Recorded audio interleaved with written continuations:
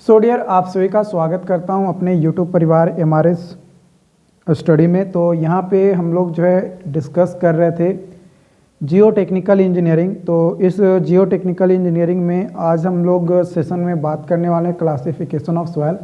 ऐसे classification of soil on the basis of particle size distributions हमने जो है डिस्कस किया था। कुछ चीज़ें, कुछ पॉइंट्स को जो है हमने देखा। अब यहाँ पे आगे और देखेंगे क्लासिफिकेशन ऑफ सॉइल में। तो जो सॉइल का क्लासिफिकेशन है ये 3 तरीके से किया जाता है। यूनिफाइड, जिसको IS कोड क्लासिफिकेशन भी कहा जाता है।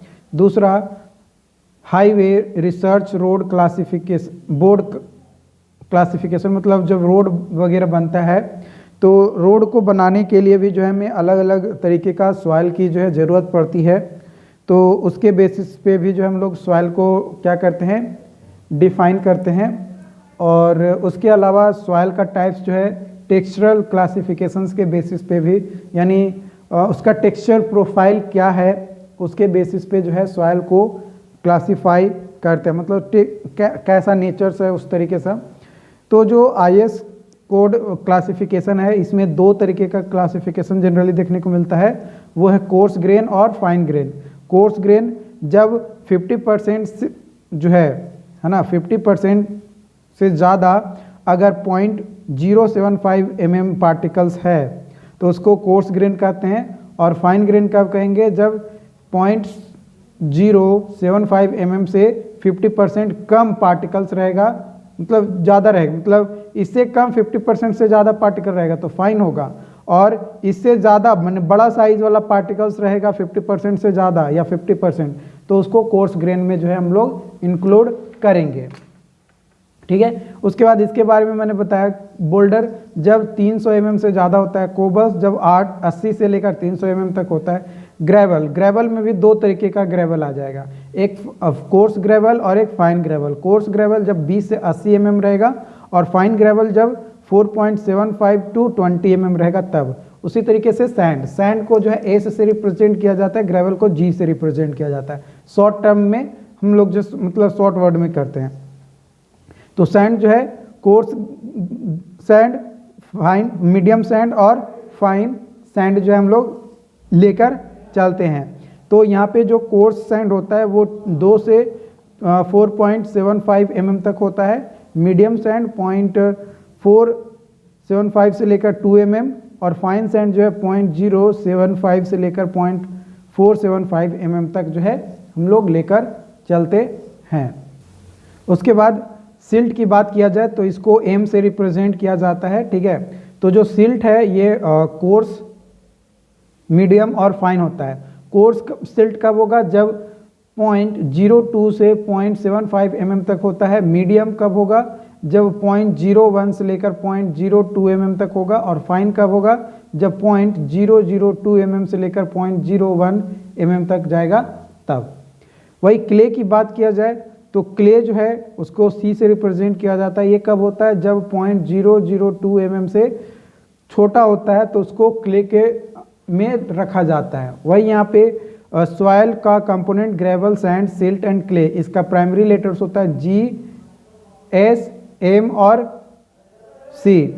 उसके बाद सेकेंडरी लेटर की बात किया जाए यहाँ पे तो आपका यहाँ पे क्या हो जाएगा, सेकेंडरी लेटर और डिस्क्रिप्शन। वेल ग्रेडेड के लिए W, हाई प्लास्टिसिटी के लिए H, पुअरली ग्रेडेड के लिए P, मीडियम प्लास्टिसिटी के लिए I एंड लो कंप्रेसिबिलिटी या लो प्लास्टिसिटी के लिए L से जो है इसको रिप्रेजेंट करते हैं। तो जो कोर्स सॉइल है इसको ग्रेवल और सैंड आता है।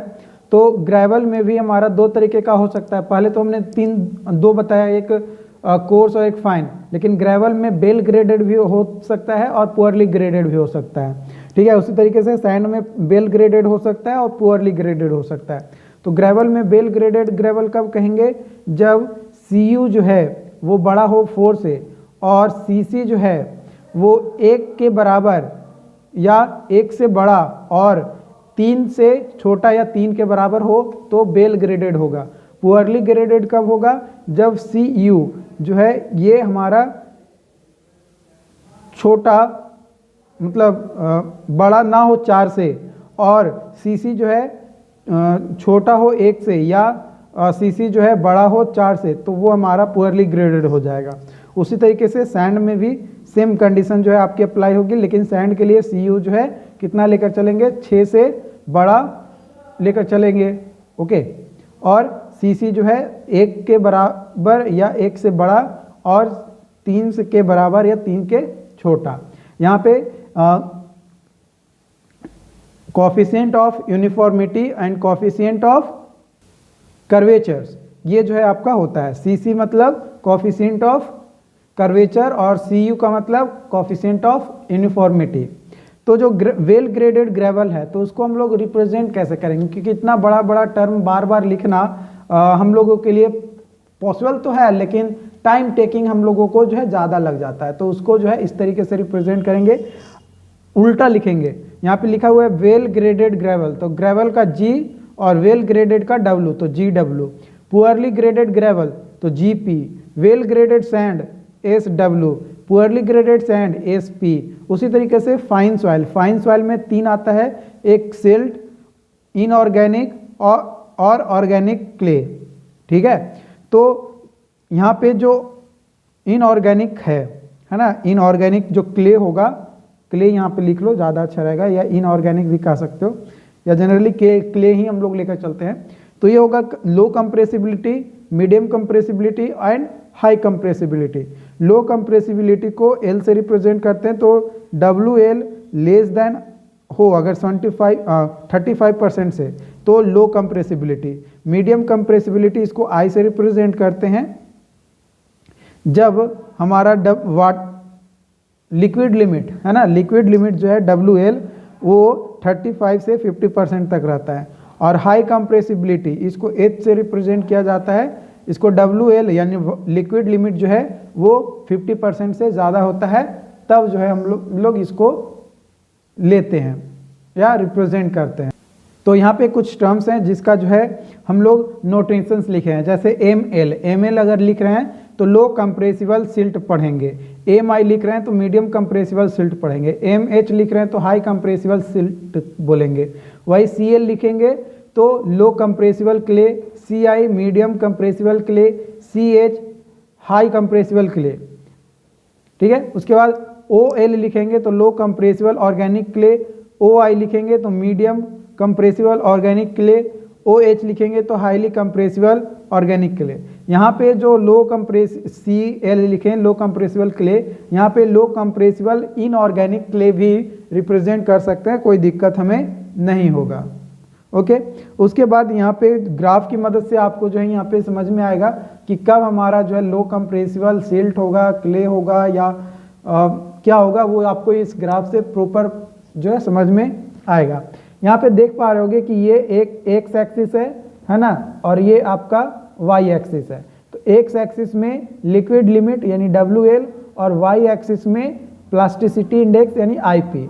तो इसको जब लेंगे तो मान लो कि कोई वैसा सॉइल जिसका लिक्विड लिमिट 20 है ना, तो वहाँ से एक स्ट्रेट लाइन ड्रॉ करेंगे 20 से, तो यहाँ से एक स्ट्रेट लाइन ड्रॉ करेंगे बढ़ते क्रम में, तो उसको ए लाइन बोला जाता है। क्या बोला जाता है?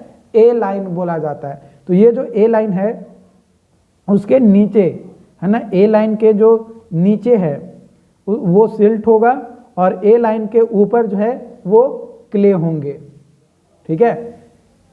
ए लाइन के नीचे जो है सिल्ट होगा और ए लाइन के ऊपर क्ले होगा, ठीक है। ये चीज जो है आपको ध्यान रखना है, राइट। यहां तक समझ में आ गया।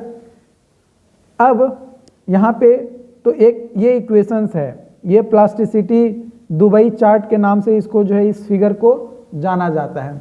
ये जो इक्वेशन है ए लाइन का वो होता है IP = 0.73 WL - 20। ये जो है क्या है, फॉर्मूला होता है प्लास्टिसिटी इंडेक्स का। मतलब इस फॉर्मूले की मदद से हम लोग क्या कर देंगे, प्लास्टिसिटी इंडेक्स निकालेंगे। मान लो कि कोई सॉइल है, किसी सॉइल का हमें जो है लिक्विड लिमिट दिया हुआ है 50। कितना दिया हुआ लिक्विड लिमिट?